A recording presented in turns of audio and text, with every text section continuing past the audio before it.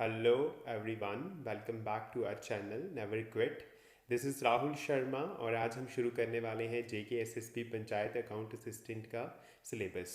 तो क्योंकि हमें बड़ी सारी रिक्वेस्ट आ रही है कि हम JKSSP पंचायत अकाउंट असिस्टेंट का सिलेबस स्टार्ट करें, तो इसलिए आज हम वही क्लास लेकर आए हैं आपके लिए 73rd कॉन्स्टिट्यूशनल अमेंडमेंट, जो कि अकाउंट असिस्टेंट के सिलेबस का एक इम्पॉर्टेंट पार्ट है। तो सबसे पहले आपको इंटरनेशनल योगा डे की हार्दिक बधाइयाँ और म्यूज़िक डे भी है, और इसके साथ happy father's day to all of you. तो पंचायत अकाउंट असिस्टेंट में 73rd कॉन्स्टिट्यूशनल अमेंडमेंट बहुत ही इंपॉर्टेंट टॉपिक है, तो आज हम उसके बारे में डिस्कस करेंगे। सबसे पहले अगर आप नए हैं और अभी तक अगर आपने हमारे चैनल को सब्सक्राइब नहीं किया है तो सबसे पहले चैनल को सब्सक्राइब कर लें। आप प्ले लिस्ट में भी जा सकते हैं और वहाँ पर और भी वीडियोज़ हैं जो आपके काम के हैं, वो आप देख सकते हैं। तो चलिए फिर स्टार्ट करते हैं। 73rd कॉन्स्टिट्यूशनल अमेंडमेंट क्या है, इसके बारे में बिल्कुल डिटेल में जानेंगे। और प्लीज़ आप एक पेन और नोटबुक साथ रखिए और इम्पॉर्टेंट पॉइंट्स को नोट डाउन करते चलिए। तो चलिए स्टार्ट करते हैं क्लास को। तो सबसे पहले जो आपके सामने आ रहा है, ठीक है, वो है कि 73rd अमेंडमेंट एक्ट 1992 है क्या। ठीक है, तो Panchayati Raj can also be termed as the system of rural local self government which is established in all states of India to build democracy at the grass root level. कि पंचायती राज, देखिए उसको हम क्या बोल सकते हैं, लोकल सेल्फ गवर्नमेंट बोल सकते हैं। ठीक है, क्या बोलेंगे, लोकल सेल्फ गवर्नमेंट बोलेंगे, जो कि इस्टेब्लिश हुई थी सारी ही इंडिया की स्टेट्स में। और जिस अब की क्यों इस्टेब्लिश की गई, ताकि डेमोक्रेसी जो है, लोकतंत्र जो है, वो ग्रास रूट लेवल तक जो है वो जा सके। ठीक है, देखिए सबसे जो स्मॉलेस्ट यूनिट है डेमोक्रेसी का, उसको हम विलेज मानेंगे। ठीक है ना, विलेज से फिर ब्लॉक्स, डिस्ट्रिक्ट, इस तरह से स्टेट, फिर सेंटर तक बात आएगी।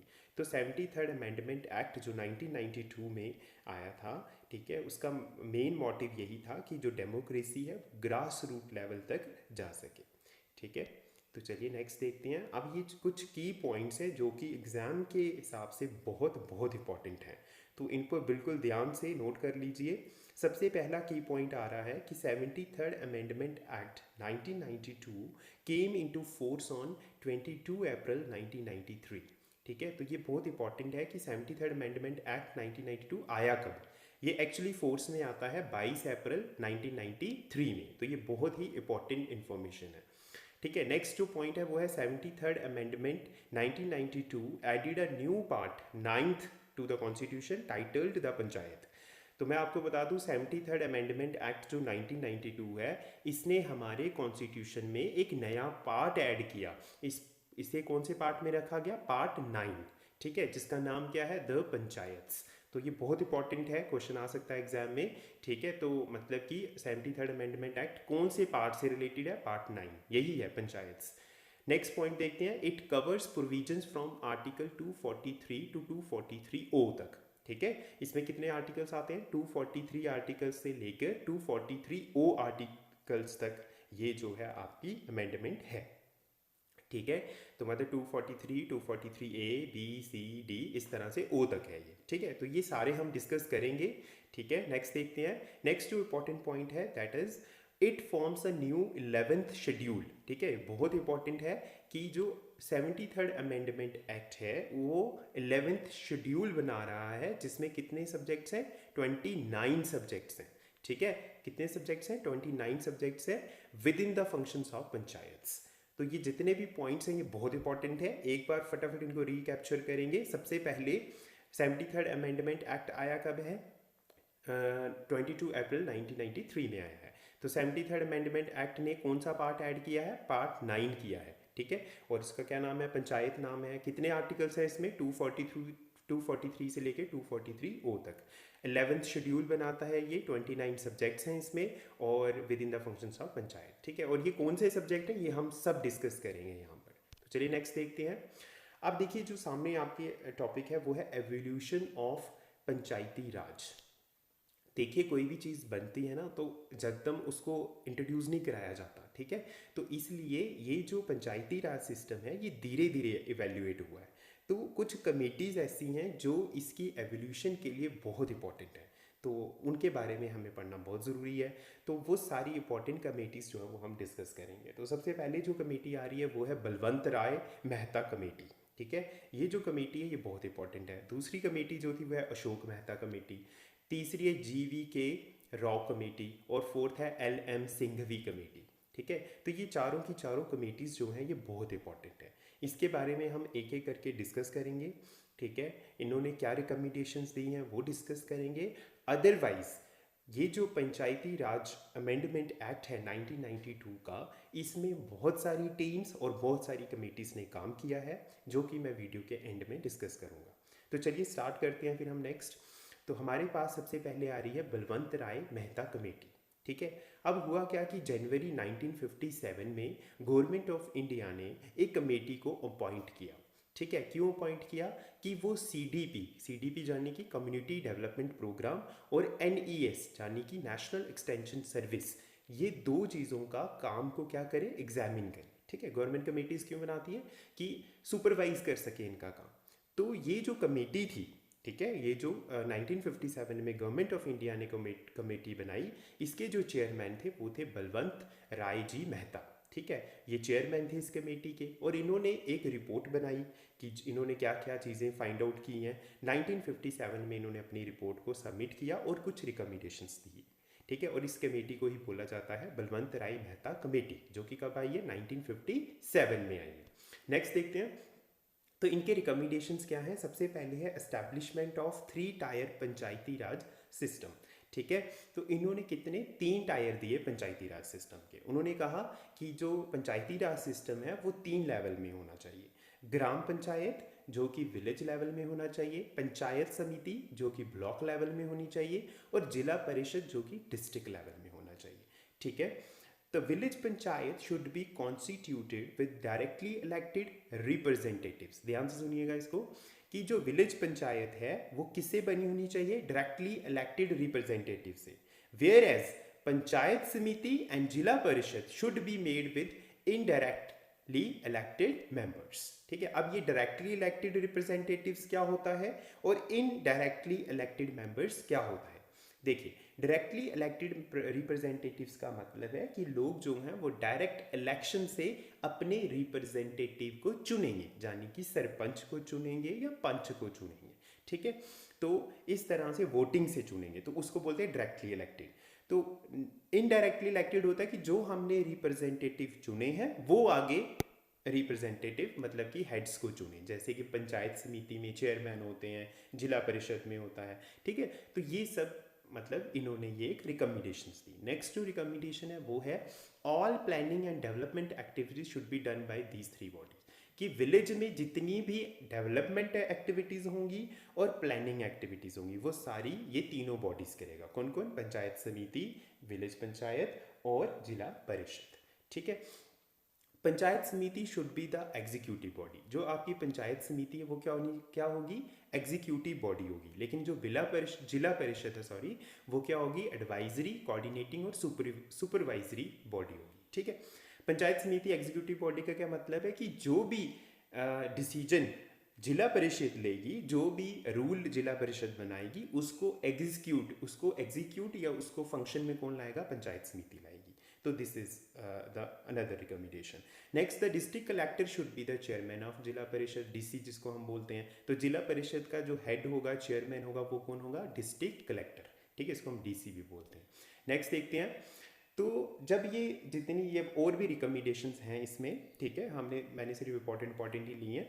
तो बलवंत राय मेहता कमेटी के बाद क्या होता है, ये बहुत इंपॉर्टेंट चीज़ है। तो राजस्थान जो है वो that was the first state to establish the Panchayati Raj. ठीक है, तो राजस्थान जो है वो पहली स्टेट बन जाती है क्या एस्टैब्लिश करने में, पंचायती राज। और ये कब एस्टैब्लिश करती है, 2 अक्टूबर 1959 में। नागौर डिस्ट्रिक्ट है राजस्थान में, वहाँ पे ये एस्टैब्लिश हुआ है। तो ये बहुत इंपॉर्टेंट है। ठीक है, और राजस्थान के बाद जिस स्टेट ने फॉलो किया दैट वाज आंध्र प्रदेश। तो ये बहुत इंपॉर्टेंट है। Most of the states created Panchayati Raj by mid 1960। ठीक है, तो 1960 के मिड में जाके काफ़ी सारी स्टेट्स ने पंचायती राज को क्या कर लिया, अडॉप्ट कर लिया। ठीक है, लेकिन there were differences from one state to another. हर एक पंचायती राज में क्या था, डिफरेंस था। एक स्टेट से लेके दूसरी स्टेट में पंचायती राज के मामले में बड़े सारे डिफरेंसेस थे। वो डिफरेंसेस किसी भी तरीके से हो सकते थे, वो टायर्स को लेकर हो सकते थे। टायर्स को लेकर जैसे कि राजस्थान ने 3 टायर अडॉप्ट किए थे, तमिलनाडु ने 2 टायर अडॉप्ट किए थे और वेस्ट बंगाल ने अडॉप्ट किए थे 4 टायर सिस्टम। ठीक है, तो मतलब हर एक स्टेट का जो टायर सिस्टम है, टायर मतलब जैसे मैंने आपको 3 टायर पढ़ाए हैं, तो कहीं पे 3 टायर्स हैं, कहीं पे 2 हैं, तो कहीं पे 4 हैं। ठीक है, टेन्योर मेंबर के टेन्योर्स में भी फ़र्क था। ठीक है, कहीं पे 5 साल है, कहीं पे 4 साल है, कहीं पे 3 साल है। ठीक है, इस तरह से डिफरेंट था। कंपोजिशन में भी फ़र्क था और फंक्शंस में भी फ़र्क था। Next, even some state established Nyaya Panchayat, लेकिन कुछ स्टेट्स ने इवन की क्या एस्टैब्लिश किए थे, क्या बनाए थे, न्याय पंचायत बनाए थे टू ट्राई पेटी सिविल एंड क्रिमिनल केसेस। पेटी सिविल मतलब बहुत ही स्मॉल, ठीक है, छोटे जो नॉर्मल झगड़े होते हैं गांव में वगैरह, ठीक है, जो आर्गूमेंट्स होते हैं, स्मॉल आर्गूमेंट्स जो कि पंचायत सुलझा सकती है, वो भी, और छोटे मोटे क्रिमिनल केसेस वो भी न्याय पंचायत जो थी वो सॉल्व करने के लिए इस्टेब्लिश करी गई थी। तो ये जितनी भी चीज़ें हमने पढ़ी ये सारी बलवंत राय मेहता कमेटी की वजह से हुई। अब नेक्स्ट देखते हैं एक्चुअली हुआ क्या है कि बलवंत राय मेहता कमेटी के बाद बड़ी सारी टीम्स और कमेटीज बनी है। That was not very important to discuss, but मैंने उनके नाम लिखे हैं, उनके चेयरमैन लिखे हैं, वो हम एंड में डिस्कस कर रहे हैं। तो नेक्स्ट देखते हैं हम अशोक मेहता कमेटी, जो कि बहुत इंपॉर्टेंट है। क्या हुआ कि दिसंबर 1977 में जनता गवर्नमेंट ने, आप देखिए पहले जो गवर्नमेंट थी that was Indian national Congress, और जो प्राइम मिनिस्टर थे वो थे जवाहरलाल नेहरू।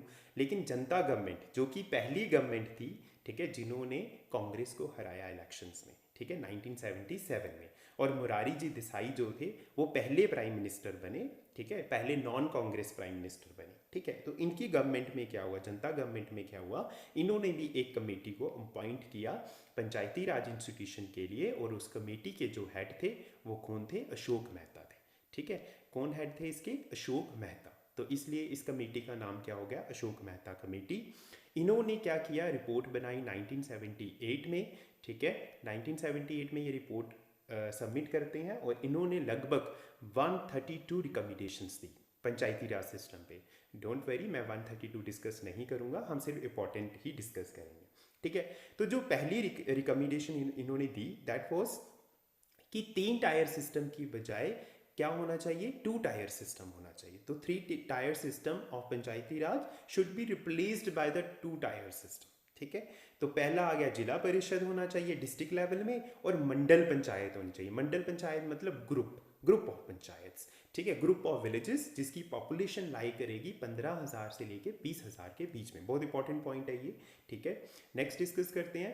जिला परिषद should be the executive body. उसमें पंचायत समिति एग्जीक्यूटिव बॉडी था, लेकिन इसमें जिला परिषद जो है वो एग्जीक्यूटिव बॉडी है। The state government should not supersede the Panchayati Raj institutions. Supersede का मतलब है कि जो स्टेट गवर्नमेंट है, ठीक है, कि डिस्ट्रिक्ट कहाँ पे होंगी, स्टेट्स के अंदर होंगी, तो वहाँ की जो स्टेट गवर्नमेंट है वो पंचायती राज इंस्टीट्यूशंस के काम में कोई दखल अंदाजी नहीं कर सकती, ना ही उनकी कोई जगह ले सकती है। सुपरसीड का मतलब है कि उसकी जगह नहीं ले सकती है। द न्याय पंचायत, अगर कहीं पे न्याय पंचायत हैं, ठीक है, अगर कहीं पे क्या है न्याय पंचायत हैं, तो that should be kept separate bodies from that of the development panchayat. तो डेवलपमेंट पंचायत यानी कि जिला परिषद एंड मंडल पंचायत से हम न्याय पंचायत को सेपरेट रखेंगे। द सीट्स फॉर एससी यानी कि scheduled castes and scheduled tribes should be reserved on the basis of their population. और इन्होंने एक चीज़ और इंट्रोड्यूस की कि शेड्यूल्ड कास्ट और शेड्यूल्ड ट्राइब्स की भी सीटें होनी चाहिए on the basis of their population के हिसाब से। ठीक है, तो नेक्स्ट देखते हैं। अब हुआ क्या कि क्योंकि ये जो जनता गवर्नमेंट थी ये ज़्यादा देर चली नहीं, इसके बाद इमरजेंसी आ जाती है, that was the another part. लेकिन हम देखेंगे कि जनता गवर्नमेंट जो है वो कोलैप्स हो गई। कोलैप्स होने के कारण मतलब उनकी टर्म से पहले ही वो खत्म हो गई, तो no action could be taken as per Ashok Mehta committee. Ashok Mehta committee के अनुसार कोई भी जो एक्शन है वो नहीं लिया गया। ठीक है, लेकिन बट 3 स्टेट्स, यहाँ पर हमारे पास 3 स्टेट ऐसी हैं जैसे कि कर्नाटका, वेस्ट बंगाल एंड आंध्र प्रदेश, जिन्होंने अपने पंचायती राज सिस्टम को रिवेटलाइज किया।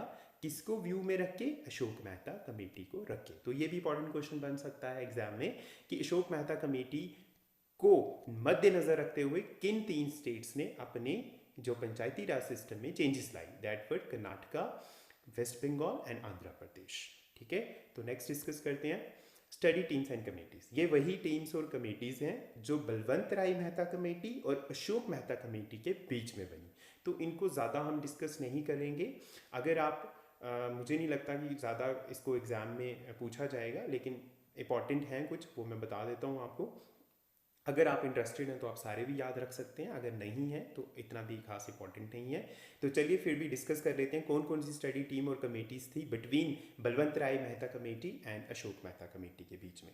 1961 में आती है working group on panchayats and cooperatives, S D. Mishra इसके चेयरमैन हैं। 1961 में स्टडी टीम आती है पंचायती राज और एडमिनिस्ट्रेशन के ऊपर, वी ईश्वरन जो हैं वो इसके चेयरमैन हैं। 1962 में स्टडी टीम आती है न्याय पंचायत पे, जी.आर. राजगोपाल जो हैं वो इनके चेयरमैन है। 1963 में टीम आती है पोजीशन ऑफ ग्राम सभा इन पंचायती राज मूवमेंट, आर दिवाकर इसके चेयरमैन थे। नेक्स्ट 1963 में study team on Panchayati Raj finances, के सनातनम। ठीक है, ये इंपॉर्टेंट है नाम, तो ये एक पंचायती राज इलेक्शंस के लिए भी इंपॉर्टेंट है, 1965 में है जो, और के सनातनम जो है वो पंचायती राज इलेक्शन और फाइनेंसेस में दोनों में है। 1965 में ऑडिट और अकाउंट्स के लिए भी बना है। ठीक है, वो आर के खन्ना चेयरमैन है इसके। 1966 में कमेटी बनी है पंचायती राज ट्रेनिंग सेंटर्स में, जी रामचंद्र उसके चेयरमैन है। 1969 में इम्प्लीमेंटेशन हुई है बेसिक लैंड रिफॉर्म्स की, अगेन ये इंपॉर्टेंट है, ये वी रामनाथन जो है इसके चेयरमैन है। 1972 में डेवलपमेंट, कम्युनिटी डेवलपमेंट और पंचायती राज है, एन रामाकृष्णा है इसके। और 1976 में कम्युनिटी डेवलपमेंट पंचायती राज फिर से आया है और इसकी चेयरमैन थी तब श्रीमती दया चौबे। और इसके बाद आ जाती है अशोक मेहता कमेटी 1977। तो इसके साथ दो और कमेटीज़ हैं, तो वो हम डिस्कस नेक्स्ट क्लास में करेंगे, क्योंकि अगर हम अभी करेंगे तो क्लास बहुत ज़्यादा बड़ी हो जाएगी, तो हम आपको बिल्कुल बोर नहीं करना चाहते हैं। तो प्लीज़ आप मुझे ज़रूर बताइए कि आपको क्लास कैसी लगी, कैसा समझ आया, डिटेल कैसी है, इससे ज़्यादा करनी है, कम करनी है, कोई भी सजेशन जो है आपकी वो हमेशा वेलकम करी जाएगी हमारी तरफ से, और आप कमेंट बॉक्स में उसे बता सकते हैं मुझे। So thank you for listening me and watching me and being with me, and please subscribe, like and share. और मुझे ज़रूर बताइएगा कि मुझे नेक्स्ट क्लास में क्या इम्प्रूव करना चाहिए, और आपकी सजेशंस जो हैं वो बहुत वैलिड रहेंगी और वैल्यूएबल रहेंगी हमारे लिए। So again subscribe, like and share my channel never quit, and stay home, stay safe. Okay, bye bye.